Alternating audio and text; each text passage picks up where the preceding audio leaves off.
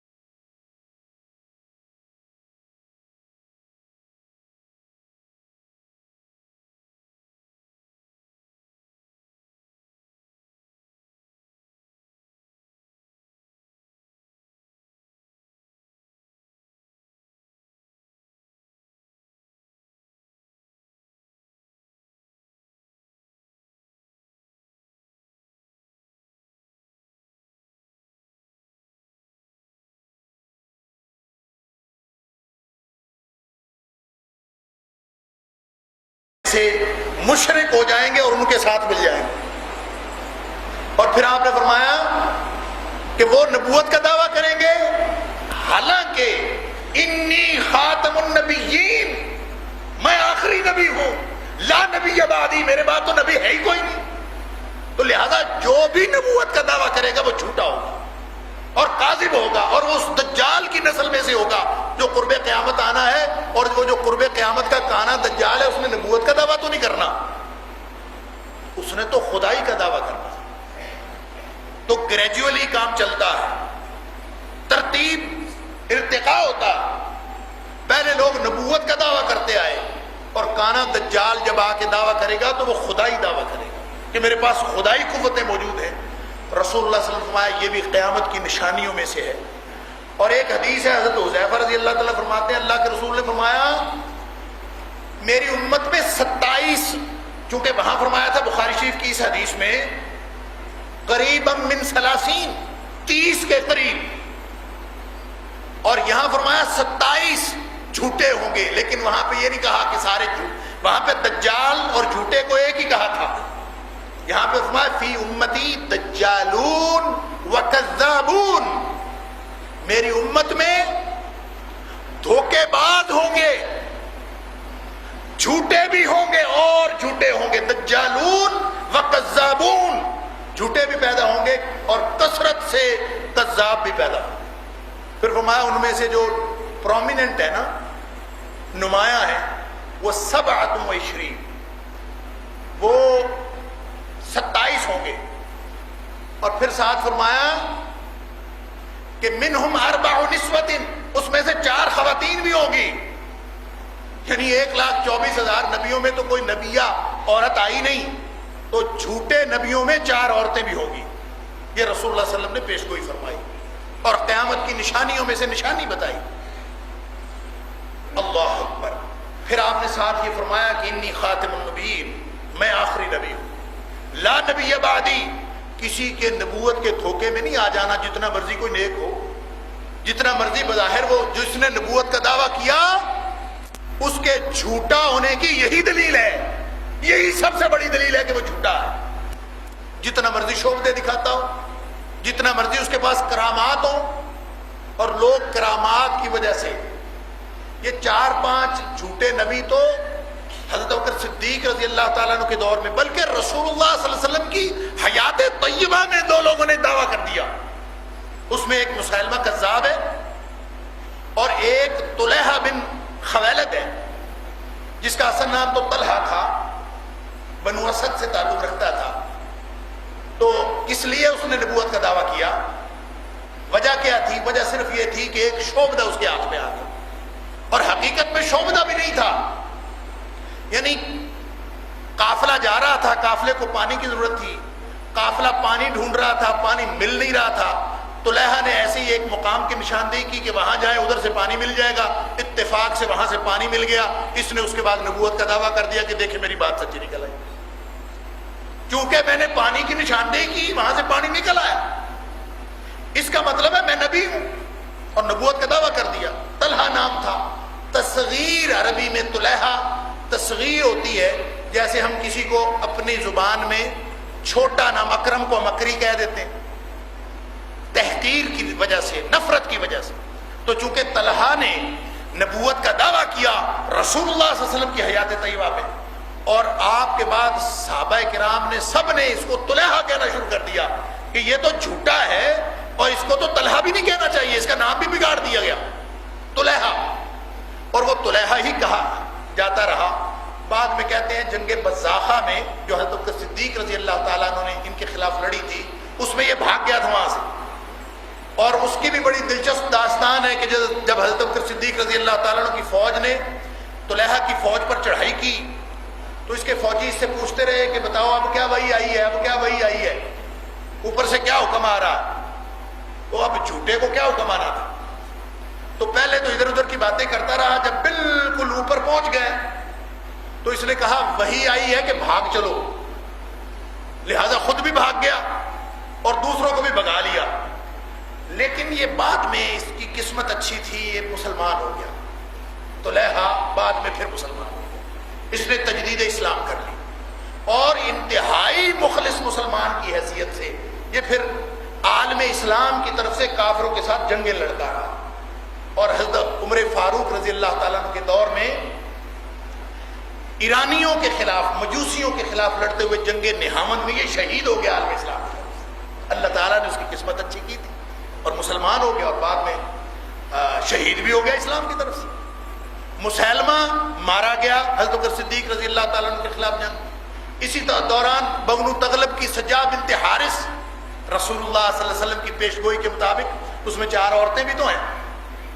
اچھا، لوگ کہتے ہیں کہ رسول اللہ صلی اللہ علیہ وسلم نے تو 30 یا 27 بتائے ہیں، جبکہ اللہ کے رسول صلی اللہ علیہ وسلم سے لے کر آج تک 1500 سال میں 20 لوگ ایسے ہوئے ہیں جنہوں نے نبوت کا جھوٹا دعویٰ کیا، تو اللہ کے رسول نے 30 کیوں بتائے یا 27 کیوں بتائے؟ یہ ایک پیچیدگی ہے، ایک اشکال ہے لوگوں کے ذہنوں میں، حالانکہ یہ اشکال نہیں۔ اللہ کے رسول صلی اللہ علیہ وسلم نے ہر نبوت کا دعویٰ کرنے والے کا نام نہیں لیا، آپ نے صرف ان کا نام لیا ہے جن کو پیروکار بھی نصیب ہوئے، جنہوں نے نبوت کا دعویٰ کیا اور ان کو لوگوں نے تسلیم بھی کیا اور ان کے پیچھے لگ گئے، ان کے قبیلے کے لوگ، یا کوئی جس نے دعویٰ کیا اس کے پیچھے کوئی نہیں لگا، اس کا ذکر نہیں ہے، وہ تو 20 ہے۔ تو نمایاں وہ ہیں جن کے پیچھے لوگ لگے اور ان کے ذریعے سے آگے ان کی دعوت بھی پھیلی، وہ جس بھی وجہ سے پھیلی۔ اب مسیلمہ تھا تو مسیلمہ کے پیروکار اس لیے اس کے پیروکار زیادہ تھے کہ اس نے لوگوں کو رعایتیں دی ہوئی تھیں، اور جب سجاح کے ساتھ اس نے شادی کی، یعنی وہ بے حیائی کی عام اجازت دے دیتا تھا، اور ہر طرح کی وہ باتیں جو برائی چاہنے والے تو اکثر ہوتے ہیں نا، اگر کوئی آج کے دور میں نبوت کا دعویٰ کرے اور لوگوں کو بے حیائی کی اجازت دے دے، نمازیں ویسے معاف کر دے، تو اس کی نبوت بھی چمک جائے گی۔ یہ پیدا ہوئے ہیں کئی صوفی اس طرح کے، جو کہتے ہیں نہ داڑھی رکھنے کی ضرورت ہے، نہ نماز پڑھنے کی ضرورت ہے، نہ مسلمان کی طرح شکل و شباہت بنانے کی ضرورت ہے، لیکن کہتے ہیں اسلام دل کا اسلام ہے، اور ساری کی ساری جو سارا اسلام کا جو نظام ہے وہ سارا کا سارا روحانیت میں ہے، اور روحانیت کا تعلق دل سے ہے، لہذا ظاہری طور پر جیسے مرضی بن کے پھرتے رہے، اصل میں دل میں اسلام ہونا چاہیے۔ اس طرح کے فتنے اٹھانے والے ان کی بڑی مارکیٹ ہے، اور سکہ رائج الوقت ہمیشہ یہ رہا ہے کہ جو لوگوں کو رعایتیں دیتا ہے، اسلام تو پابندیوں کا نام، اسلام پابندیوں کا نام۔ مسلمہ نے رعایتیں دی، اور جب اس سجاح جو بنو تغلب کی خاتون تھی، اس نے جب شادی کی اس سے، اس نے سوچا میں بھی نبیہ ہوں، یہ بھی نبی ہے، تو نبیہ اور نبی کی شادی ہو جانی چاہیے۔ کذاب، جھوٹے، اور شادی ہوئی تو شادی کی خوشی میں مسلمہ نے اپنے پیروکاروں کو عشاء کی اور فجر کی نماز معاف کر دی۔ جھوٹے کا کیا، جو مرضی کرے۔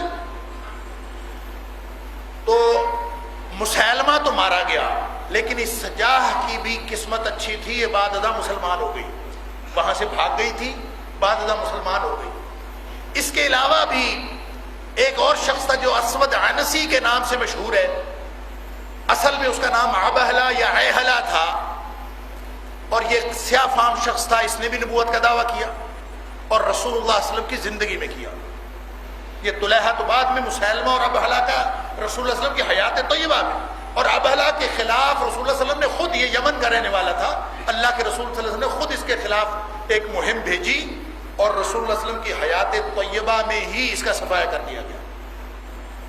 خیر، میں یہ ساری تمہید اس لیے باندھی ہے کہ یہ رسول اللہ صلی اللہ علیہ وسلم کی بتائی ہوئی نشانیوں میں قیامت تک 30 کے قریب آنے ہیں، جن کو پیروکار بھی نصیب ہوئے، جن کو لوگ مانتے بھی ہیں، جن کو لوگ کرنی کرامت والا مانتے ہیں، کرنی والا مانتے ہیں، اور ان میں سے ایک جھوٹا تقریباً 1 صدی پہلے ہمارے بر صغیر میں بھی ہوا،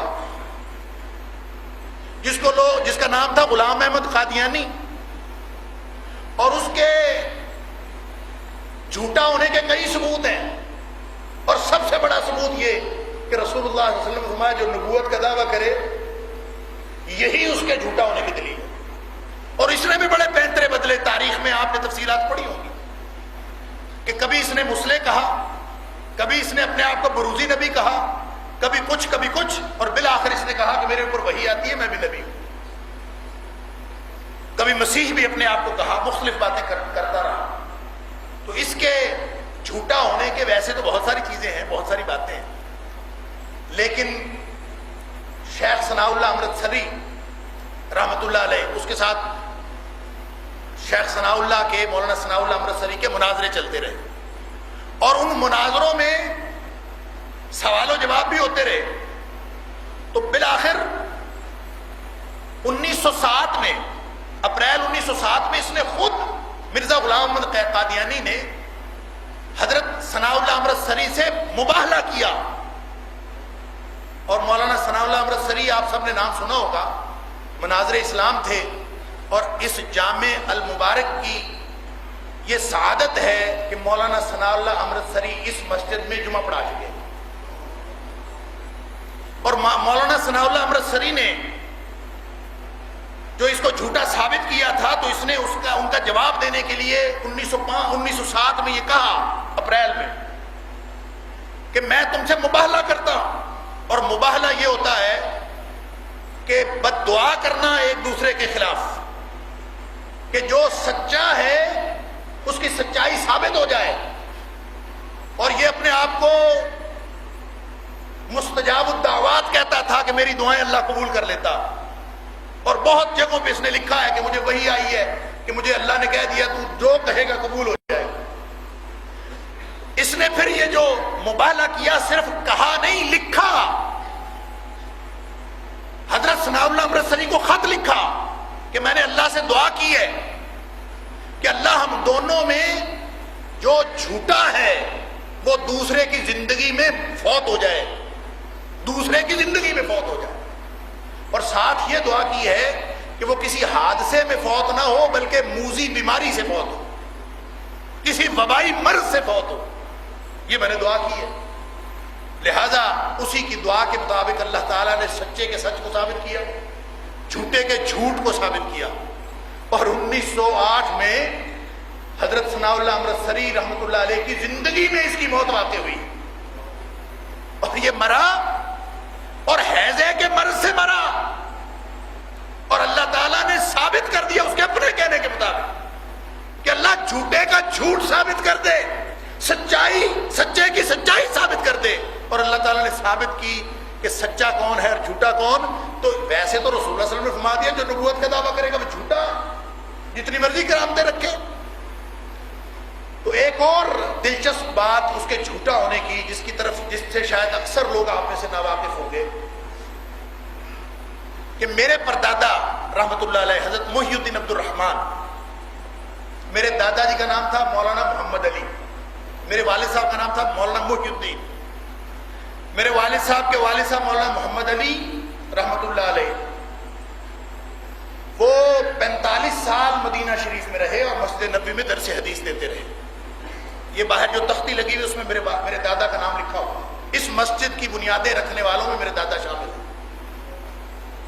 ان کے والد صاحب مولانا محی الدین عبد الرحمن، میرے دادا مولانا محمد علی وہ بھی جنت البقیع میں مدفون ہوئے، اور میرے پردادا مولانا محی الدین عبد الرحمن وہ بھی جنت البقیع میں مدفون ہوئے۔ اور مولانا محی الدین عبد الرحمن مرزا قادیانی کے ہم اثر ہیں، ان کا زمانہ ایک ہے، اور ان کے مناظرے چلتے رہے، جس طرح مولانا ثناء اللہ امرتسری کے مناظرے چلتے رہے، اسی طرح مولانا محی الدین عبد الرحمن کے مناظرے چلتے رہے۔ اگر آپ کی نظر سے مرزا قادیانی کی کتاب حقیقت الوحی گزری ہو، اس کی ایک کتاب ہے حقیقت الوحی، اس میں اس نے خود ذکر کیا ہے بہت جگہ پہ کہ مولوی محی الدین لکھوں کے والا یہ کہتا ہے، مولوی محی الدین عبد الرحمن لکھوں کے والا یہ کہتا، خود اس نے لکھا۔ تو یوں مناظرے چلتے تھے حضرت محی الدین عبد الرحمن کے ساتھ۔ اس کے تو ایک دفعہ میرے پردادا نے اللہ سے دعا کی، اور دعا کے بعد اس کو خط لکھا، اس کو کہا مرزا میں نے تیرے بارے میں اللہ سے دعا کی تھی کہ یا اللہ مجھے بتا دے یہ کیا فتنہ اٹھا ہوا ہے، اس کے بارے میں مجھے پتا چل جائے کہ حقیقت کیا ہے اس کی۔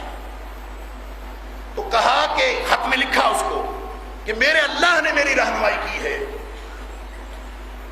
کہ ان فرعون و حامان و جنودہما کانوا خاطئین، کہ فرعون اور حامان، اللہ نے رہنمائی یہ کی ہے کہ فرعون اور حامان اور ان کے سارے ماننے والے یہ سب گناہگار اور کافر ہیں، اور مجھے گویا اللہ کی طرف سے یہ اشارہ ہوا ہے کہ تو بھی فرعون اور حامان کی قبیل میں سے ہے، انہی کی نسل میں سے۔ اب انہوں نے خط لکھ دیا، مجھے اللہ نے رہنمائی کی ہے، جس طرح فرعون جھوٹا، جس طرح حامان جھوٹا، جس طرح ان کے پیروکار جھوٹے، تو بھی جھوٹا، لکھ کے دے دیا۔ اچھا اس نے آگے سے ہی لکھا، خط کا جواب دیا کہ میں نے بھی اللہ سے دعا کی تھی کہ اللہ محی الدین عبد الرحمن لکھوں کے والے کے بارے میں مجھے بتا، تو میرے اللہ نے مجھے یہ رہنمائی کی ہے تیرے بارے میں، ان شانیک هو الابتر، تیرا دشمن جو ہے وہ اس کی نسل آگے نہیں چلے گی، تیرے دشمن کی نسل آگے نہیں چلے گی، وہ دم کٹا ہوگا۔ اس وقت حضرت محی الدین عبد الرحمن کے پاس نرینہ اولاد نہیں تھی، صرف بیٹیاں تھیں، لہذا اس نے یہ لکھا، اور حقیقت الوحی کے پہلے ایڈیشن میں اس کا یہ اپنا جو گویا پیش گوئی تھی اس کی کہ محی الدین عبد الرحمن بے نسل رہیں گے، یہ اس نے حقیقت الوحی کے پہلے ایڈیشن میں شامل بھی کیا۔ اللہ کا کرنا یہ ہوا کہ اس کی زندگی میں ہی اللہ تعالیٰ نے محی الدین عبد الرحمن کو بیٹا دے دیا، جس کا نام مولانا محمد علی ہے، جو اس مسجد کی بنیادیں رکھنے والوں میں شامل تھا۔ اللہ تعالیٰ نے بیٹا دے دیا۔ لوگوں نے جا کے اس سے کہا مرزے سے کہ مرزا ان کے گھر تو اولاد پیدا ہو گئی، تو نے کہا تھا کہ ہوگی نہیں، تو تیرے تو جھوٹا ہونے کی دلیل آ گئی۔ تو اس نے کہا کوئی بات نہیں، ایک بیٹا ہو بھی گیا ہے تو اس سے آگے نسل نہیں چلے گی، یہاں تک ختم ہو جائے گی۔ اب وہ مولانا محی الدین عبد الرحمن کا تو ایک بیٹا تھا مولانا محمد علی رحمت اللہ علیہ، دونوں باپ بیٹا جنت البقیع میں اللہ تعالیٰ نے دفن ہونے کی سعادت بخشی، اور مدینہ شریف میں رہے، اور پھر مولانا محمد علی کو اللہ تعالیٰ نے 4 بیٹے دیے میرے دادا کو. 2 بیٹے سعودی عرب میں، ایک شادی انہوں نے وہاں کی تھی، اور ایک شادی پاکستان میں کی تھی. 2 بیٹے یہاں دیے، مولانا محی الدین اور مولانا معین الدین. مولانا محی الدین میرے والد صاحب تھے، اور مولانا معین الدین لکھوی حافظہ اللہ تعالی صاحب فراش ہیں، ان کی صحت کے لیے دعا فرمائیں. اب ان دونوں بھائیوں سے، وہ جو ان 2 بھائیوں سے آگے نسل چلی ہے نا، ان کا تو ہمیں پتہ نہیں کتنی ہے. تو یہ جو 2 بھائی پاکستان میں ہیں، ان کی آگے جو اولاد ہوئی ہے، جس کی اولاد میں ہوں، ہم جتنے بہن بھائی ہیں، صرف مولانا محی الدین لکھوی کی جو اولاد ہے، ہم 16 بہن بھائی ہیں. اور ان کی آگے پوتے پڑ پوتے ہم نے کبھی گنے نہیں کتنے، یعنی گننا پڑے گا، کار دارد ہے. اور ادھر مولانا معین الدین لکھوی، ان کو اللہ تعالیٰ نے بیٹے بیٹیاں ملا کے 10 اولاد عطا فرمائی. اللہ تعالیٰ ہمیں نصیحت پکڑنے کی توفیق عطا فرمائے. میں معذرت چاہتا ہوں، ٹریفک کے بلاک ہونے کی وجہ سے میں لیٹ ہو گیا. 11:40 سے میں وہاں پہ چلا تھا، کوئی ڈیوس روڈ پہ کوئی خاص مسئلہ تھا آج، واللہ اعلم. اللہ تعالیٰ ہم سب کی غلطیاں کوتاہیاں معاف فرمائے. وآخر دعوانا الحمدللہ رب العالمین. پورے شوال کے مہینے میں رکھ سکتے ہیں یا شروع میں رکھنے ضروری؟ دیکھیں، شروع میں رکھنے ضروری نہیں ہے، اور نہ ہی یہ 6 اکٹھے رکھنے ضروری ہے. لیکن افضل بات بہرحال یہی ہے کہ 1 شوال کو عید منانے کے بعد اگلے دن سے آپ روزے رکھنے شروع کر دیں، اور 6 پورے کرنے کے بعد پھر آپ سمجھیں کہ روزے ختم ہو گئے. اگر تو یہ کریں تو یہ بہتر بات ہے، لیکن ضروری نہیں ہے. کوئی شخص اگر پورے شوال میں رکھنا چاہتا ہے تو 6 لگاتار رکھنے بھی ضروری نہیں، 1 کر کے بھی رکھ سکتا ہے، 2 کر کے بھی رکھ سکتا ہے. اس کی وجہ یہ ہے کہ حدیث کے جو الفاظ ہیں وہ ہیں ثم اتبعہ من شوال. اتبعہ کا مطلب ہے رمضان کے بعد فوراً پیچھے رکھے، بہتر بات ہے. لیکن چونکہ من شوال فرمایا ہے، پورے مہینے میں سے کوئی 6 روزے تاریخ رسول اللہ صلی اللہ علیہ وسلم نے مقرر نہیں فرمائی، یہ آسانی ہے امت کے لیے. لہذا پورے شوال میں جب بھی پورے کر لیے جائیں انشاءاللہ اللہ تعالیٰ وہ ثواب دے دے گا. شہر اعتکاف میں خواتین بغیر محرم کے بیٹھتی ہیں، کیا یہ جائز ہے؟ اس کی کوئی ضرورت نہیں ہے سوال پوچھنے کی اور جواب بتانے کی. یہ انڈرسٹوڈ بات ہے کہ جو عورت بغیر محرم کے 1 رات بھی باہر گزارتی ہے، رسول اللہ صلی اللہ علیہ وسلم فرماتے ہیں کہ وہ زانیہ ہے، اور چاہے اس نے کچھ بھی نہ کیا ہو. تو یہ نفلی عبادت کے لیے اس طرح سے بیٹھنا بغیر محرم کے یہ درست نہیں ہے. کہ کسی نے آیت لکھی ہے کہ اس آیت کا مفہوم بتائیں، انشاءاللہ رکھیں گے کسی دن جمعہ اس آیت کا مفہوم بتانے کے لیے. اللہ تعالیٰ ہم سب کو توفیق عطا فرمائے. میں نے وعدہ کیا تھا پچھلے جمعے کہ چونکہ ہمارا اعمال کے ضائع ہونے کے جو اسباب ہیں اس میں کچھ باتیں باقی تھیں، تو میں نے عرض کیا تھا کہ ہر جمعے میں 1 آدھ بات اس میں ایڈ کر لیا کریں گے تاکہ جو باتیں رہتی ہیں وہ بھی پوری ہو جائیں. تو ایک بات عرض کرتا ہوں کہ رسول اللہ صلی اللہ علیہ وسلم کے فرمان کے مطابق کوئی شخص اگر کتا رکھتا ہے، کتا پالتا ہے کوئی شخص، اس کتا پالنے کی وجہ سے روزانہ اس کے عمل میں سے 1 قیرات کمی ہو جاتی ہے. صحیح حدیث ہے، رسول اللہ صلی اللہ علیہ وسلم من امسک کلبن، جس نے کسی نے 1 کتا رکھا تو اس کے فإنه ينقص كل يوم من عمله قيرات، ہر دن کے بدلے میں 1 قیرات اس کے عمل میں سے کمی ہوتی رہتی ہے. اور 1 قیرات سے مراد کیا ہے؟ نسائی شریف کی حدیث کے مطابق 1 قیرات جو ہے وہ احد پہاڑ سے بھی بڑا ہے. اتنے عمل روزانہ ضائع ہو جاتے ہیں. پھر آپ نے 2 استثناء بیان فرمائے، الا کلب حرث او ماشیہ. 2 قسم کے کتے رکھنے کی اجازت ہو سکتی ہے، وہ اس سے مستثنیٰ ہے. ایک مویشیوں کی حفاظت کے لیے اور ایک کھیتی کی حفاظت کے لیے. اگر کوئی شخص کھیتی باڑی کی حفاظت کے لیے رکھتا ہے یا مویشیوں کی حفاظت کے لیے رکھتا ہے، اس کے عمل میں کمی نہیں ہوگی. باقی جو بھی کوئی کتا پالتا ہے اس کے اعمال میں کمی ہوتی ہے. اللہ تعالی ہمیں اس طرح کے اعمال سے بچنے کی اور محفوظ رہنے کی توفیق عطا فرمائے. وَلَنُذِيقَنَّهُم مِّنَ الْعَذَابِ الْأَدْنَىٰ دُونَ الْعَذَابِ الْأَكْبَرِ. اللہ فرماتا ہے کہ یہ تو اللہ کا کرم ہے کہ بڑا عذاب دینے سے پہلے چھوٹے چھوٹے عذاب مسلط کرتا ہے. وَلَنُذِيقَنَّهُم من العذاب الادنا دون العذاب الاکبر. کس لیے نازل کرتا ہے چھوٹے چھوٹے عذاب؟ لعلہم یرجعون، واپس پلٹ آئیں، واپس آ جائیں. علماء بتاتے ہیں کہ توبہ کرنی چاہیے، اور سنا ہے کہ حکمرانوں کی طرف سے بھی اپیل آئی ہے کہ توبہ کر لیں. سنا ہے، اخباروں میں پڑھا. علماء بھی کہہ رہے ہیں توبہ کر لیں، حکمران بھی کہہ رہے ہیں توبہ کر لیں. بھئی توبہ کرنی کس نے ہے ویسے؟ جو ہم کہہ رہے ہیں انہوں نے تو توبہ نہیں کرنی، کسی اور نے کرنی ہے. اور توبہ ہے کیا؟ کریں توبہ، بس سب بیٹھے توبہ توبہ کر رہے ہیں. نماز پڑھ کے اکٹھے مل کے بیٹھ کے توبہ توبہ کر رہے ہیں، یہ توبہ نہیں ہے. لعلہم یرجعون، اللہ تمہارے کردار کی اصلاح دیکھنا چاہتا ہے، اللہ تمہاری واپسی چاہتا ہے. کس نے اپنے کرتوت چھوڑے ہیں؟ کیا حرام خوروں نے حرام خوری چھوڑ دی ہے؟ کیا بھتہ خوروں نے بھتہ خوری چھوڑ دی ہے؟ کیا قاتلوں نے قتل کرنے چھوڑ دیے ہیں؟ کیا ہمارے ملکوں کے اندر، ہمارے شہروں کے اندر بوری بند لاشیں بند ہو گئی ہیں؟ کیا سیاستدانوں نے بے ایمانی چھوڑ دی ہے؟ کیا فرق پڑا ہے؟ کس وجہ سے اللہ تعالی ہم سے عذاب ٹال دے؟ اس نے تو اس لیے عذاب نازل کیا تھا لعلہم یرجعون. جس کو سمجھ نہیں نہ آتی، جو اس حد تک شریر ہو جاتے ہیں، جو اس حد تک سخت دل اور سخت دماغ اور بد دماغ ہو جاتے ہیں کہ وہ اپنے آپ کو بڑا سمجھنا شروع کر دیتے ہیں. دنیا میں اللہ نے عبرت کے لیے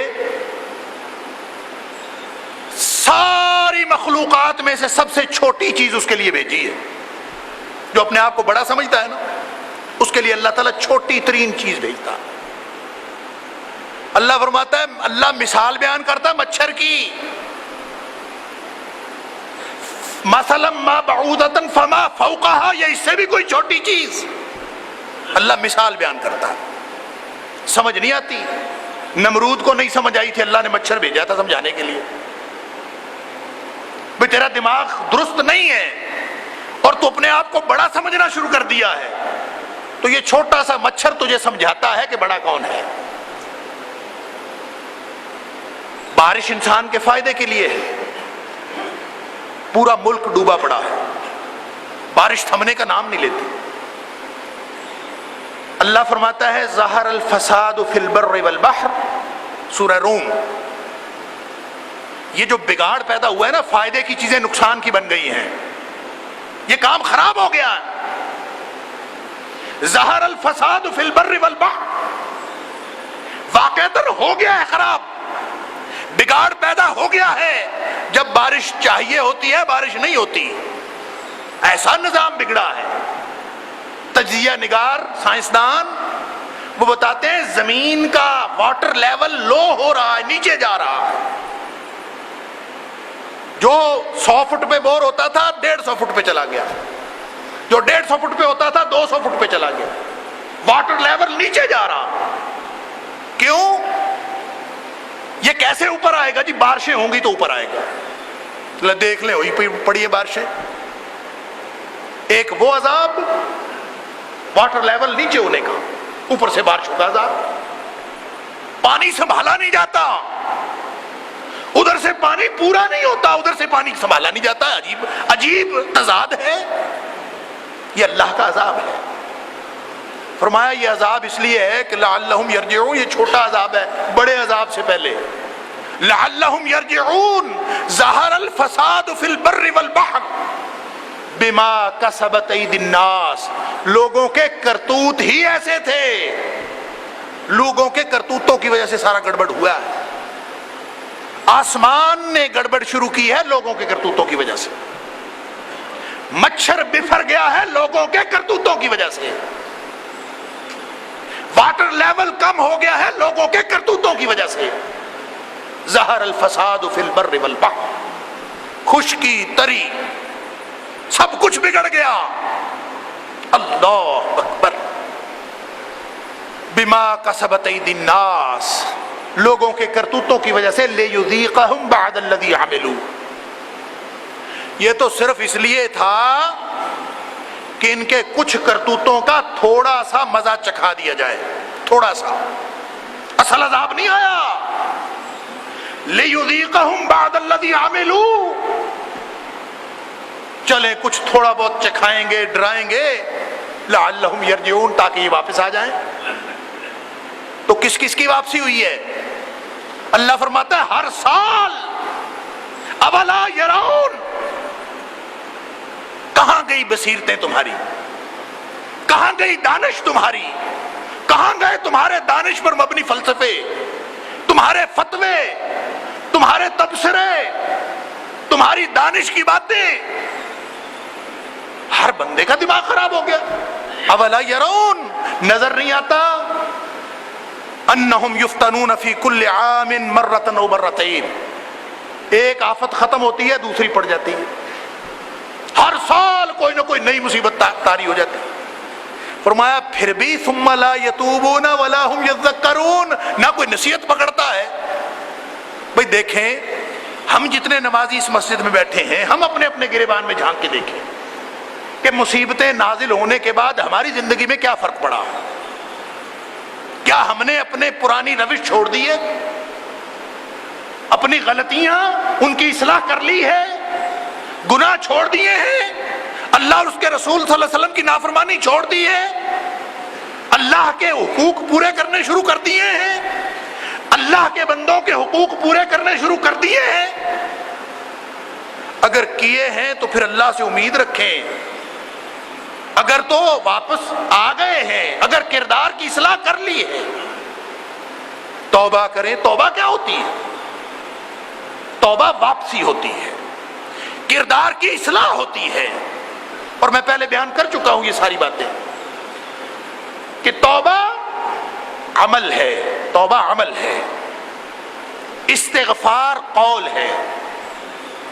استغفار قول ہے، توبہ عمل ہے.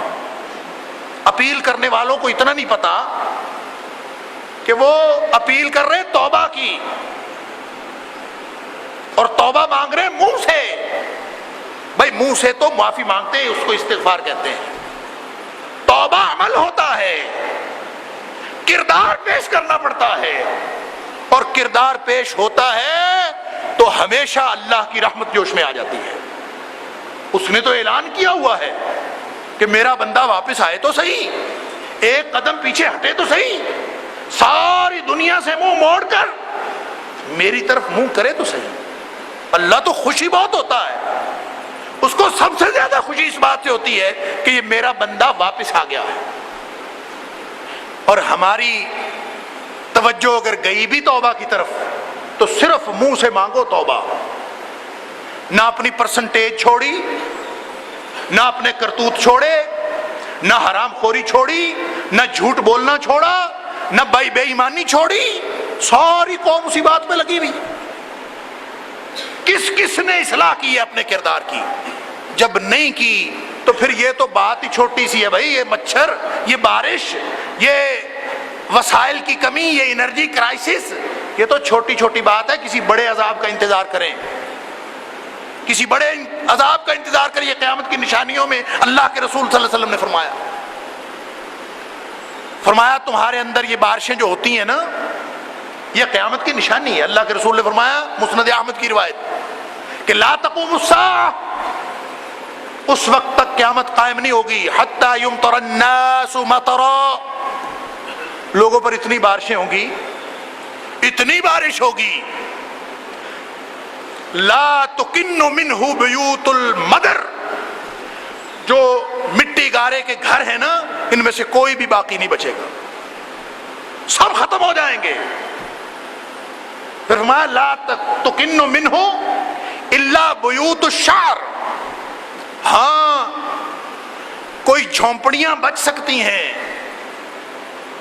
جو جھاڑ پھونس کی بنائی ہوئی یا جانوروں کے بالوں کی بنائی ہوئی، یہ چھوٹی چھوٹی جھونپڑیاں بچ جائیں گی، باقی سارے گھر ملیا بیٹ ہو جائیں۔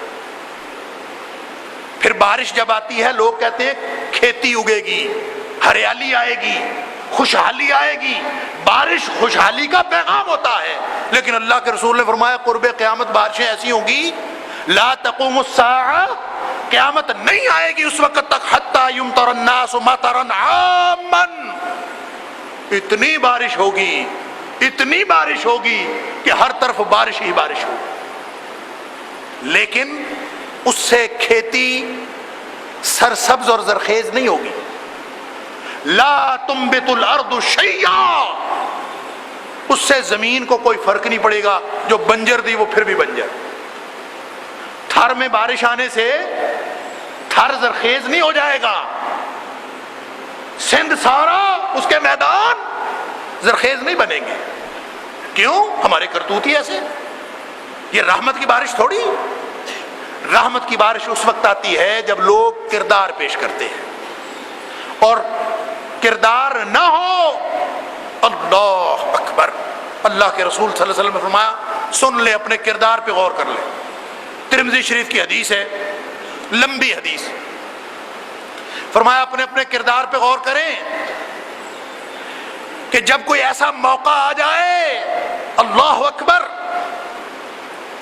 کہ تمہارا جو مال فے ہے، جو بیت المال کا حق ہے،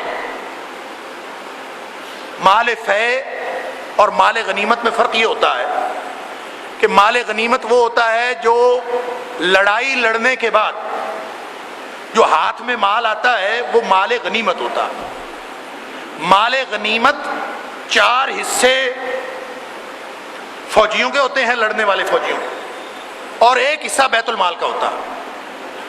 لیکن مال فے کی تقسیم اس طرح نہیں ہوتی۔ مال فے اس مال کو کہتے ہیں جو بغیر لڑے ہاتھ آ جائے، دشمن کا وہ مال جو بغیر لڑے ہاتھ آ جائے اس کو کہتے ہیں مال فے۔ اور مال فے تمام کا تمام بیت المال ہوتا ہے، اس میں فوجیوں کا حصہ بھی نہیں ہوتا، یہ صرف غریبوں مسکینوں کا حق ہوتا، عام غریبوں مسکینوں کا حق ہوتا۔ تو رسول اللہ صلی اللہ علیہ وسلم نے فرمایا اذا اتخذ الفیء دولا، جب تمہارے حالات ایسے ہو جائیں نا کہ جو بھی مال کہیں سے آیا، کسی دشمن نے دیا، کسی جنگی خدمت کے طور پر دیا، اربوں ڈالر لیے نا ہم نے، ہمارے سابق صدر نے کتاب میں لکھا ہے میں نے بڑا کارنامہ کیا ہے، اربوں ڈالر لیے ہیں بندے بیچ کر، مسلمان مار کر، تو فرمایا اس کو کیا کیا ہے؟ دو والا اپنی ذاتی دولت بنائی ہے، ذاتی خزانہ سمجھ لیا ہے، حالانکہ اگر لیا بھی تھا تو غریبوں مسکینوں کا حق تھا۔ عزت تو خزل فیو دو والا، جب مال فے جو کہیں سے بھی دولت حاصل ہوتی ہے، کسی بھی معاہدے کے نتیجے میں کسی بھی طرح دشمن کی دولت حاصل ہوتی ہے، وہ غریبوں مسکینوں کا حق ہوتا ہے۔ کیا ہمارے غریبوں مسکینوں کو ملا؟ اس بات سے قطع نظر کہ وہ لینا جائز تھا یا ناجائز تھا، گیا کہاں؟ عزت تو خزل فیء دو والا، جب مال جو بھی بغیر لڑے دشمن کا مال ہاتھ آیا، جس کے ہاتھ آیا اس نے ہڑپ کر لیا، وہ سابق صدر ہو، وہ موجودہ صدر ہو، وہ آنے والا صدر ہو، وہ کوئی چیف ایگزیکٹو، کوئی وزیر اعظم کوئی ہو، جس کے ہاتھ آیا اس نے ذاتی خزانہ سمجھ لیا۔ رسول اللہ صلی اللہ علیہ وسلم فرمایا جب حالات یہ ہو جائیں نا کہ فے کا مال ذاتی خزانہ بن جائے، والامانۃ مغنما، اور جو امانت رکھی جاتی ہے نا کسی کے پاس، امانت کو لوگ اس طرح استعمال کریں جیسے مال غنیمت ہوتا، آپس میں بانٹنا شروع کریں، بندر بانٹ، آدھا تو لے لے آدھا مجھے دے دے۔ امانت کیا کیا چیز امانت ہوتی ہے؟ ہر وہ چیز امانت ہے جو ملکیت کسی اور کی ہے، اللہ نے آپ کو اس کا نگہبان بنایا، ہر وہ چیز امانت ہے۔ ہمارا یہ بدن، ہمارا یہ جسم بھی اللہ کی امانت ہے، ہمارے دیے ہوئے گھر اللہ کی امانت ہے۔ اگر کسی کو کسی شہر کا نگران بنایا گیا ہے تو وہ شہر امانت ہے اس کے پاس. اگر کوئی کسی ملک کا نگہبان ہے تو وہ اس کا امین ہے. کلکم راعٍ وکلکم مسئول عن رعیتہ. تو فرمایا کہ کوئی شخص امانت کو امانت ہی نہ سمجھے بلکہ کیا سمجھے؟ مال غنیمت سمجھے. والامانۃ مغنما، امانت مال غنیمت بن جائے. کر لو آپس میں تقسیم، اس نے اتنا کھایا تھا میں نے اتنا کھایا تھا. دیکھ لیں کیس بھرے پڑے، کسی کا پیارا جگر گوشہ اندر ہے، کوئی اندر سے باہر آ گیا ہے، کوئی باہر دندناتا پھرتا ہے، چھوٹی چھوٹی رقمیں ہیں، چند کروڑ چند ارب کا مسئلہ ہے. بیچارے چھوٹے چھوٹے چور ہیں، چھوٹے چھوٹے ڈاکو ہیں، کسی نے 42 کروڑ، کسی نے 50 کروڑ. وہ کسی بڑے بڑے چور نے، میں خبریں پڑھتا ہوں حیران ہو جاتے ہیں کہ جی فلاں چور نے جو پچھلی حکومت کا چور تھا اس نے 1 ارب 68 کروڑ جمع کروا دیے واپس ڈنڈے کے ڈر سے. اب 1 ارب 68 کروڑ تو جمع کروائے ہیں تو کھائے کتنے ہوں گے؟ یہ تو جمع کروائے ہیں نا. یہ چھوٹے چھوٹے چور ہیں بیچارے، تھے امین، ان کے ہاتھ میں امانت تھی. والامانۃ مغنما، جب امانت کی بندر بانٹ ہونے لگے، اتنے تو کھا لے اتنے میں کھا لیتا ہوں، اب دیکھ لینا یہ جو رہ گئے ہیں ان کی بھی آپس میں انڈرسٹینڈنگ ہو جائے گی، آدھے تم کھا لو آدھے میں کھا لیتا ہوں، معاملہ ختم. ایسے ہی ہوتا.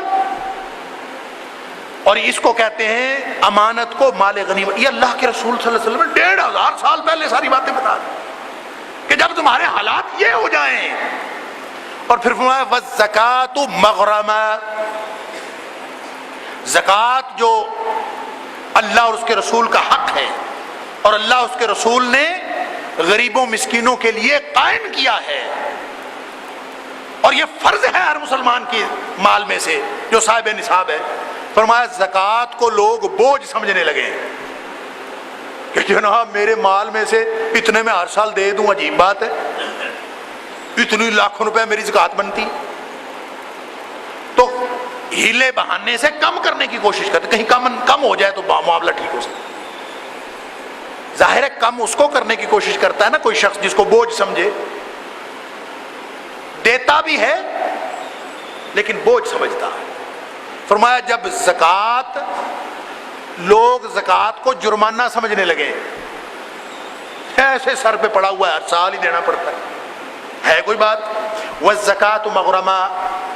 اور پھر ایک اگلی نشانی بیان فرمائی وتعلم لغیر الدین، لوگ علم حاصل کریں گے، بڑی بڑی ڈگریاں، بڑی بڑی یونیورسٹیاں، بڑے بڑے معاملات، بڑے بڑے نظام، سسٹم. یونیورسٹیوں کے سسٹم تو اپنی جگہ، اب جو نیا سکول بنتا ہے نا اس کا نام رکھتے ہیں سکول سسٹم، اپنا سسٹم، فلاں سکول سسٹم. ایک گھر میں سکول بنتا تو اس کا نام رکھتے ہیں فلاں سکول سسٹم، میرا نظام. رسول اللہ صلی اللہ علیہ وسلم فرمایا سارے کے سارے جتنے علوم حاصل ہو رہے ہیں ان میں سے کسی ایک کا مقصد بھی یہ نہیں ہے کہ دین کی ترقی ہو. دین کا مقصد نہیں ہے برائٹ فیوچر کے لیے، بہتر مستقبل کے لیے، پیسہ کمانے کے لیے، خوشحالی لانے کے لیے. ملک بڑے سے بڑا کسی کا مقصد ہوگا تو ملک کی خدمت کروں گا. یہ بچے انٹرویو دیتے ہیں نا میٹرک FSC کے، کبھی کسی نے کہا کہ میں اس لیے کر رہا ہوں کہ میں نے اللہ کو راضی کرنا؟ بچوں کو شعور ہی نہیں. بچوں کو جو تعلیم دی جا رہی ہے میکسیمم یہ ہے، بڑے سے بڑا مقصد یہ ہے کہ میں بڑا ہو کے ملک کی خدمت کروں، ملک کی خدمت کے لیے. تو فرمایا وتعلم لغیر الدین، علم حاصل کیا جا رہا ہے جس میں دین کا کوئی مقصد نہیں. یہ بھی نشانی آ گئی. اللہ اکبر. اور پھر فرمایا وَأَطَاعَ الرَّجُلُ امرأته، انسان بات مانتا ہے تو بیوی کی مانتا ہے. وَحَقَّ أُمَّهُ، ماں کی نافرمانی کرتا ہے، بیوی کی بات مانتا. اطاع الرجل امرأتہ، اپنی بیوی کی بات بڑی مانتا ہے. وعق امہ، ماں جو بات کہے اس کو کہہ دیتا ہے اماں تجھے تو سمجھ ہی نہیں ہے، تو بیٹھی رہ چپ کر کے، پرانے وقتوں کی بات ہے، تو ٹھیک بات نہیں کرتی. ہم نئے لوگ ہیں، نیا زمانہ ہے، اب کے تقاضے اور ہیں. اس بات پہ چلتا ہے جو بیوی کہتی ہے. اللہ کے رسول صلی اللہ علیہ وسلم نے ہمارا معاشرہ دیکھ کر نہیں فرمایا تھا، جو اللہ کی طرف سے انفارمیشن تھی اس کے مطابق فرمایا. ایسا ہوگا اور ہو گیا. ہم دیکھتے ہیں کہ مائیں تو بیچاری پتہ نہیں کہاں بیٹھی ہوئی، ماں کو کون پوچھتا ہے. گھر بار کی شہنشاہ ماں کی موجودگی میں وہ گھر کی ملکہ بیوی ہے. ہر بات بیوی سے پوچھ کر ہوتی ہے، ماں سے پوچھ کر نہیں ہوتی. میں، آپ، ہم سب، یہ سارے وہ لوگ بیٹھے ہیں نا جن کا دین کے ساتھ تعلق ہے اللہ کے فضل سے، الحمدللہ. دین کی محبت کے لیے، اللہ کو راضی کرنے کے لیے، فرض نبھانے کے لیے مسجد میں ہے نا، جن کو احساس ہے کہ ہم فرض نبھانا چاہتے ہیں. بھائی کس کس کے گھر میں بیوی کی بات کو چھوڑ کر اماں کی بات کو مانا جاتا ہے؟ خاص طور پہ جب دونوں میں میچ پڑ جائے، جب ماں کی رائے اور بیوی کی رائے آپس میں مختلف ہو، تو مولوی صاحب ہو، علامہ صاحب ہو، جتنے بڑے صوفی صاحب ہوں، ماں کی بات کوئی نہیں مانتا، بیوی کی بات مانتے. حالانکہ بیوی کی بات ماننا نہ اللہ کے رسول نے فرض کیا ہے نہ اللہ نے فرض کیا ہے. ماں کی بات ماننا، فرمایا جو ماں کی بات نہیں مانتا وہ گناہ کبیرہ کا مرتکب ہوتا ہے. جو ماں کی نافرمانی کرتا ہے اس کی عبادت قبول نہیں ہوتی، اس کی نماز اس کے سر سے اوپر نہیں اٹھتی جو ماں کی نافرمانی کرتا. تو فرمایا کہ جب حالات یہ ہو جائیں، اطاع الرجل امرأتہ، ایک آدمی بیوی کی بات مانتا ہے، وعق امہ، اور اپنی ماں کی نافرمانی کرتا ہے. اور پھر فرمایا ایک اور نشانی، وَأَدْنَى صَدِيقَهُ وَأَقْصَى أَبَاهُ، دوست اس کے زیادہ قریب ہوتا ہے، باپ اس سے دور ہوتا ہے. ادنا صدیقہ، میرا دوست ہے، دوست کی ہر بات ماننی، پلاننگ دوست کے ساتھ، مشورے دوستوں کے ساتھ، معاملات دوستوں کے ساتھ. باپ کی بات نہیں ماننی، باپ سے دور ہے، کبھی ملتا بھی ہے بس ٹھیک ہے جی ابو السلام علیکم، آپ اپنے کمرے میں بیٹھے رہے. باپ کی بات نہیں ماننی، دوستوں کی ماننی ہے. ماں کی نہیں ماننی، بیوی کی ماننی. ادنا صدیقہ، لوگ اپنے دوستوں سے قریب تر ہوں گے، واقصا اباہ، اور اپنے باپ سے، اپنے والدین سے دور. اللہ اکبر، ہوا پڑا ہے سب کچھ، دیکھ رہے ہیں ہم، ہو گیا. پھر فرمایا وَظَهَرَتِ الْأَصْوَاتُ مِنَ الْمَسَاجِدِ، مسجدوں سے شور اٹھے گا. مسجدوں سے شور اٹھنے کے دو معنی ہیں، بلکہ کئی ہو سکتے ہیں. ایک تو یہی معنی ہے کہ پہلے لاؤڈ سپیکر نہیں ہوتا تھا، اب ہوتا ہے. پہلے اذان ہوتی تھی تو بس مسجد کے اندر، ارد گرد کے محلے میں، تو اب سپیکر جب آپ دیکھیں جس وقت اذان کا وقت ہوتا ہے، پورے شہر میں ایک شور مچ جاتا ہے. لیکن یہ تو اللہ کا نام ہے، اور جب ہم اللہ اکبر کہتے ہیں تو اللہ کے نام کو بلند کرتے ہیں. اس شور کا مطلب یہ ہے کہ لوگ مسجدوں میں جھگڑا کریں گے،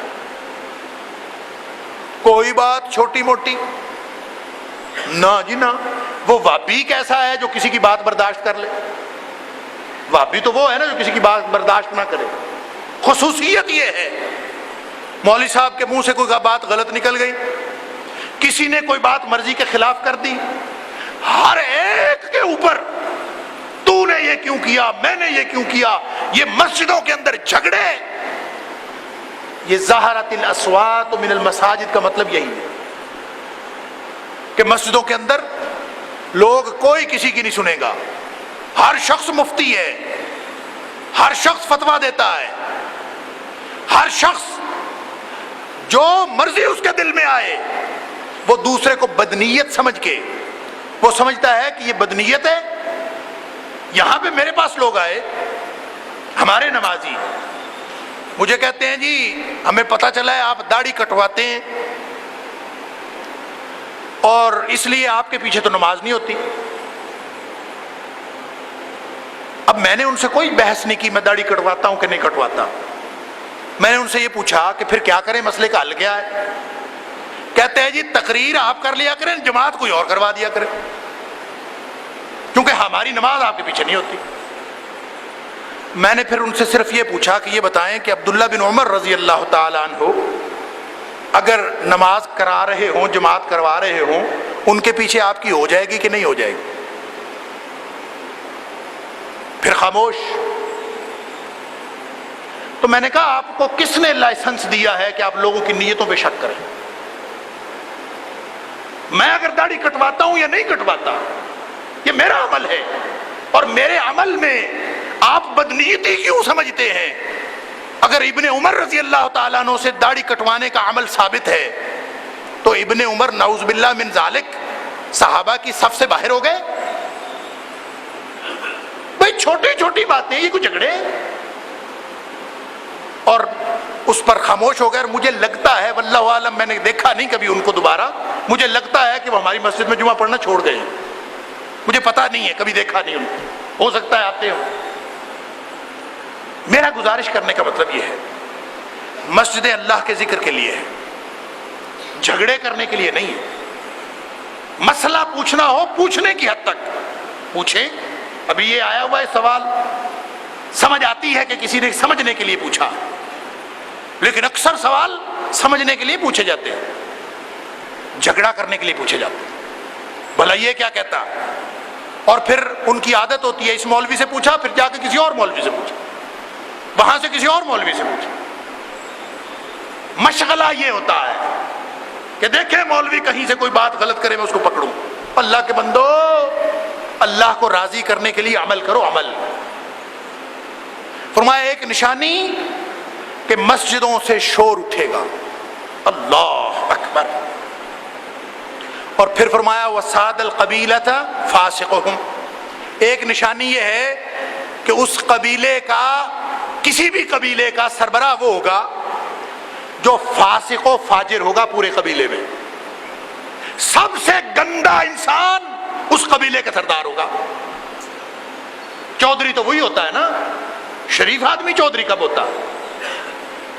شریف آدمی چودھری ہو ہی نہیں سکتا، اس لیے کہ وہ تو اپنے رب کے سامنے عاجزی کے ساتھ جھکا ہوتا ہے، وہ چودھری کیسے ہو سکتا؟ چودھری تو وہ ہوتا ہے جس میں اکڑفوں ہو، جس کے گردن میں سریا ہو، جو ڈنڈی پھٹی بھی کر سکتا ہو، کسی کا نقصان کر سکتا ہو۔ جو کسی کا نقصان نہیں کر سکتا وہ چودھری کیسے ہو گیا؟ تو فرمایا ہر قبیلے کا جو سردار ہے وہ ساد القبیلۃ فاسقہم، جو ان کا فاسق و فاجر بدترین انسان وہ ان کا سردار ہوگا۔ پھر فرمایا ایک اور نشانی وکان زعیم القوم ارذلہم، جو پوری قوم کا سردار ہوگا نا، سب کا بڑا۔ میں یہ نہیں کہتا صدر مملکت، اس لیے کہ رسول اللہ صلی اللہ علیہ وسلم نے صدر مملکت نہیں کہا، اللہ کے رسول نے فرمایا زعیم القوم، کسی قوم کا سب سے بڑا، وہ پتہ ہے کون ہوگا؟ ارذلہم، جو اس قوم کا بدترین شخص ہوگا، بدترین شخص، سب سے گندا، سب سے ذلیل، سب سے رسوا، یعنی رسوا شخص نہیں ہوگا، ذلیل شخص نہیں ہوگا، سب سے رسوا، سب سے زیادہ ذلیل اور سب سے بدترین شخص جو ہوگا وہ اس قوم کا حاکم ہوگا۔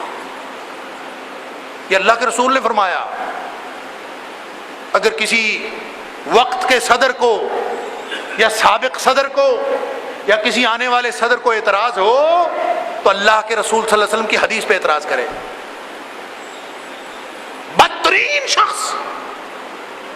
کان زعیم القوم ارذلہم، بدترین شخص ان کا حکمران ہوگا۔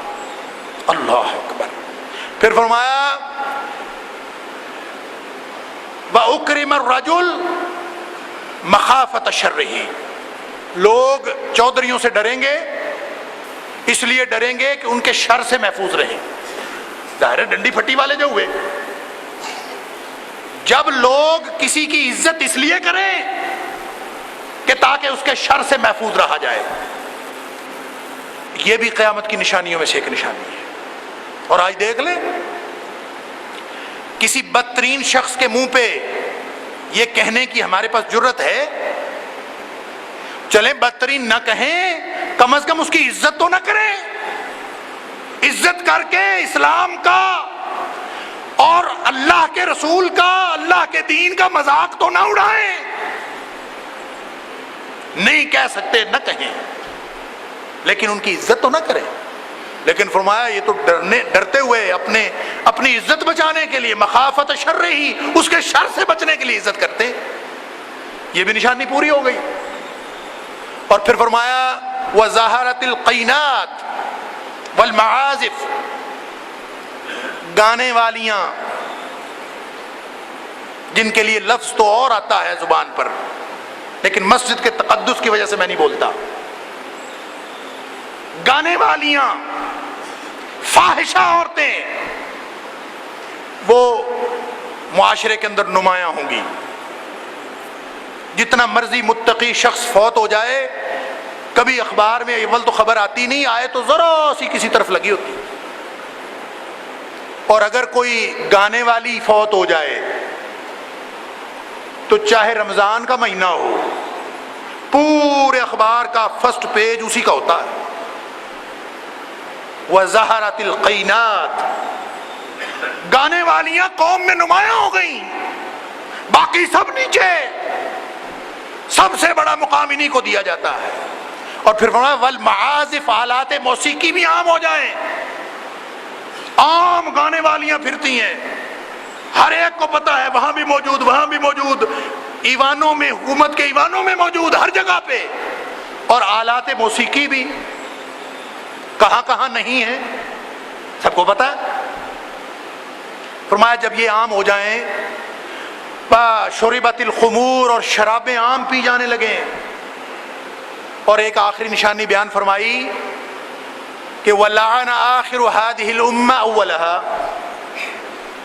کہ یہ ایک ہی حدیث بیان کر رہا ہوں، فرمایا جب یہ ساری نشانیاں پوری ہو جائیں، اور آخری نشانی یہ ہے کہ لوگ اپنے پچھلوں پر تان کرنا شروع کر دیں کہ ہمارے بڑوں نے فلاں کام بھی خراب کیا۔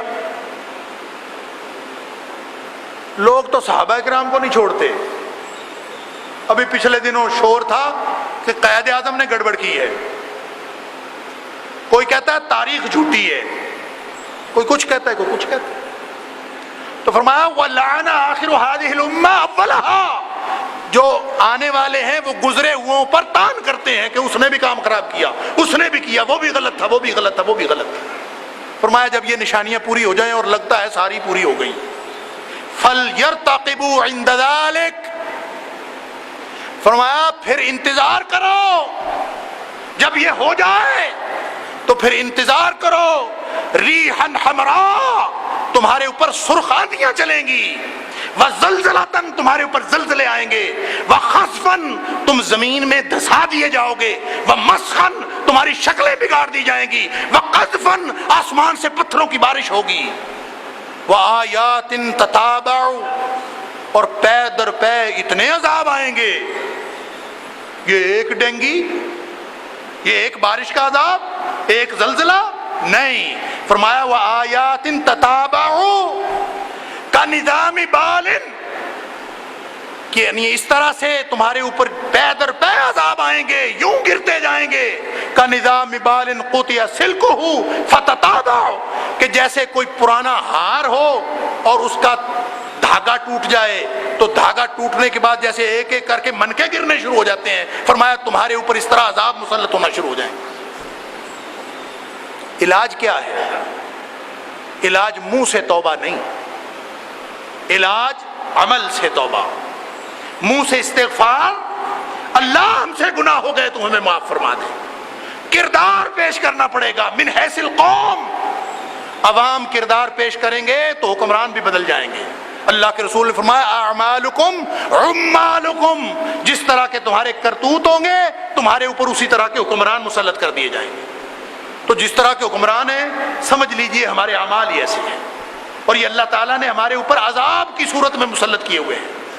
اور ایک ہی راستہ ہے، ابھی توبہ کا دروازہ کھلا ہے، قیامت ابھی نہیں آئی، نشانیاں آئی ہیں، یہ ساری قیامت کی نشانیاں ہیں، اور قیامت کی نشانیاں آ گئی ہیں۔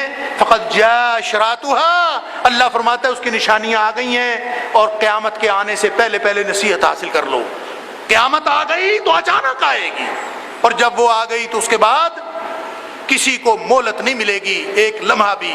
آج ہمارے پاس مہلت ہے، میں آپ ہم سب یہاں سے اس نیت کے ساتھ اٹھیں کہ آج کے بعد ہمارے کردار کے اندر، ہمارے عمل کے اندر، ہمارے انفرادی اجتماعی اعمال کے اندر جتنی غلطیاں کوتاہیاں ہیں، ہم انشاءاللہ ان سب کو دور کر کے اللہ اور اس کے رسول صلی اللہ علیہ وسلم کی اطاعت میں آ جائیں گے۔ اگر ہم یہ وعدہ اللہ سے کر لیں تو اللہ کی رحمت تو فوراً جوش میں آ جاتی ہے، اللہ تو فوراً عطا فرما دیتا ہے۔ اللہ کو لمبے چوڑے پلاننگ کرنے کی ضرورت نہیں، وہ کن کہتا ہے سارا نظام بدل جاتا ہے، وہ کن کہتا ہے ہر چیز بدل جاتی ہے، اس کو کن بھی کہنے کی ضرورت نہیں پڑتی، اس نے تو بس کرنا ہے اور ہو جانا ہے۔ کردار ہمارے میں کمی ہے، کمی ہماری طرف ہے، اللہ کی طرف کوئی کمی نہیں ہے۔ آج اس کا وعدہ کر کے اٹھیں، میں بھی اور آپ بھی، کہ جتنی غلطیاں آج سے پہلے ہماری زندگی میں تھیں انشاءاللہ آج اس لمحے کے بعد کوئی غلطی کردار کی ہمارے اندر نہ ہو۔ یہ توبہ کا منہج ہے، توبہ پوری زندگی کا ایک میلان ہے، پوری زندگی کا ایک طریقہ ہے، ایک طرز زندگی کا نام ہے کہ گناہ نہیں کرنا، اگر ہو جائے تو فوراً واپس آ جانا۔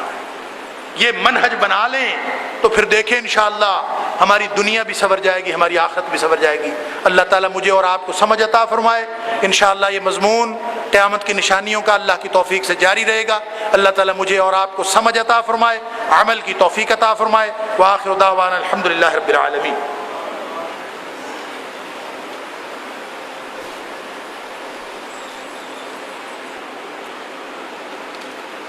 دو سوال ہیں، ایک تو سوال یہ ہے کہ اللہ تعالیٰ نے قرآن میں کہا ہے وَالشُّعَرَاءُ يَتَّبِعُهُمُ الْغَاوُونَ، کہ گمراہ لوگ جو ہیں وہ شعراء کی پیروی کرتے ہیں، جبکہ اکثر علماء علامہ اقبال کے اشعار اپنے خطبوں میں کوٹ کرتے ہیں۔ تو یہ تضاد نہیں ہے، قرآن کے حکم کی خلاف ورزی نہیں بھی ایسا نہیں ہے۔ یہ اس آیت کے بعد اللہ تعالیٰ نے خود ارشاد فرما دیا اِلَّا الَّذِينَ آمَنُوا وَعَمِلُوا الصَّالِحَاتِ، وہیں سورہ شعراء میں جہاں یہ کہا گیا ہے نا کہ یہ جو شعراء اکثر ہوتے ہیں ان کے قول و فعل میں تضاد ہوتا ہے، لیکن فرمایا کچھ لوگ ایسے ہوتے ہیں اِلَّا الَّذِينَ آمَنُوا وَعَمِلُوا الصَّالِحَاتِ وَذَكَرَ اللَّهَ كَثِيرًا، جو ایماندار ہوں، عمل صالح والے ہوں، کردار والے لوگ ہوں، اور پھر وہ جب بھی بات کریں تو اللہ کے ذکر کی بات کریں، اور یا پھر وہ ایسی بات کریں جس سے ظالموں کے ظلم کی نشاندہی ہوتی ہو اور ان کا بدلہ لینا مقصود ہو۔ فرمایا وہ والے شعراء اس ساری بات سے مستثنا ہے، لہذا رسول اللہ صلی اللہ علیہ وسلم کا فرمان بھی ہے ان من الشعر لحکمہ، بعض شعر ایسے ہوتے ہیں جن کے اندر حکمت ہوتی ہے، دانائی ہوتی ہے، تو رسول اللہ صلی اللہ علیہ وسلم حکمت اور دانائی کے شعر خود سنا بھی کرتے تھے، اس کو پسند بھی فرماتے تھے۔ اس لیے یہ ان شعراء کی بات ہے جو شعراء واقعتاً تخیل ہوئی، تخیل میں جن کی شاعری کا حقیقی زندگی کے ساتھ کوئی تعلق نہیں ہوتا، قول و فعل میں تضاد ہوتا ہے۔ وفی کل وادی یہیمون، اس طرح کے شعراء جو ہیں ان کو نہ کوٹ کرنا چاہیے نہ ان کی بات، البتہ جن اشعار کے اندر حکمت ہے، جن کے اندر قرآن اور حدیث کے ترجمے پیش کیے گئے ہیں، تو جن کے اندر قرآن اور حدیث کے ترجمے پیش کیے گئے ہیں، تو شعر ایک زبان ہے، اس زبان میں کوئی بھی بات کی جا سکتی ہے۔ اگر اللہ اور اس کے رسول کی بات کہی ہوئی ہو تو اس کی پیروی بھی کی جا سکتی ہے، اس کو کوٹ بھی کیا جا سکتا ہے۔ اللہ تعالی ہمیں سمجھ عطا فرمائے۔ دوسرا مسئلہ ہے کہ جی امام کے پیچھے فاتحہ کی وضاحت کر دیں. مجھے نہیں لگتا کہ ہم میں سے کوئی بھی بندہ ایسا ہے جس کو اس بات کی وضاحت نہیں ہے. یہ تو ایسا مسئلہ ہے کہ جو شخص کوئی ایک دو دفعہ بھی مسجد میں آیا اس کو اس مسئلے کا ضرور پتہ ہے. لیکن پھر بھی ہو سکتا ہے جس نے پوچھا ہے اس نے واقعتاً تفہیم کے لیے پوچھا ہو. تو میں یہ عرض کیے دیتا ہوں کہ رسول اللہ صلی اللہ علیہ وسلم کا فرمان ہے, صحیح بخاری شریف کی حدیث ہے, لا صلاۃ لمن لم یقرأ بفاتحۃ الکتاب. جس شخص نے نماز میں فاتحۃ الکتاب نہیں پڑھی, سورہ فاتحہ نہیں پڑھی, اس کی نماز کوئی نہیں ہوئی.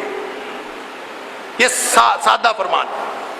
اب اس کے بعد علاوہ ازیں بھی بہت ساری احادیث ہیں, لیکن یہ سب سے جو اولین بات ہے اور سب سے واضح بات ہے وہ یہی, اس کی نماز کوئی نہیں. اب لوگوں نے اس میں پھر تعویلیں کی ہوئی ہیں کہ جی امام جب پڑھ لیتا ہے تو پیچھے مقتدی کو نہیں پڑھنا چاہیے, مقتدی کو وہی فاتحہ کفایت کر جاتی ہے جو امام نے پڑھی. یہ کانسیپٹ ہے ایک. تو چونکہ امام نے پڑھ لی, پیچھے مقتدی کھڑا ہے, لہذا نماز میں فاتحہ تو ہو گئی. تو رسول اللہ صلی اللہ علیہ وسلم کی یہ بات کہ لا صلاۃ لمن لم یقرأ بفاتحۃ الکتاب, تو پڑھی تو گئی ہے اس میں.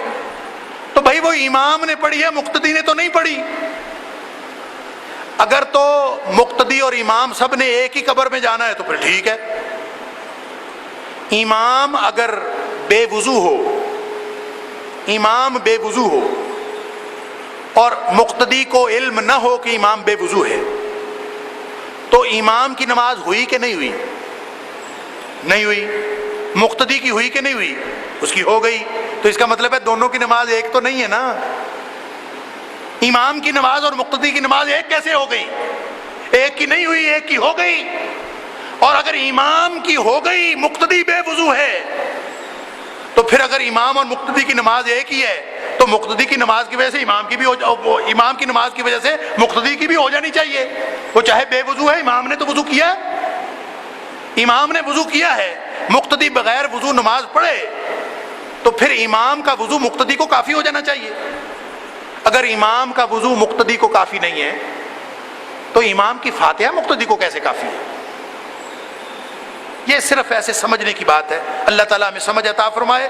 فاتحہ پڑھے بغیر نماز نہیں ہوتی.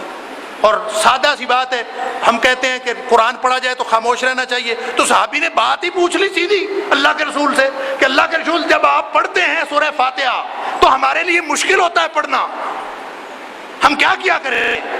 آپ نے فرمایا جب میں خاموش ہوتا ہوں اس وقت آپ پڑھ لیا کریں. بس مسئلہ تو حل ہو گیا, پیچھے کوئی بات رہی نہیں. اللہ تعالیٰ ہمیں سمجھ عطا فرمائے.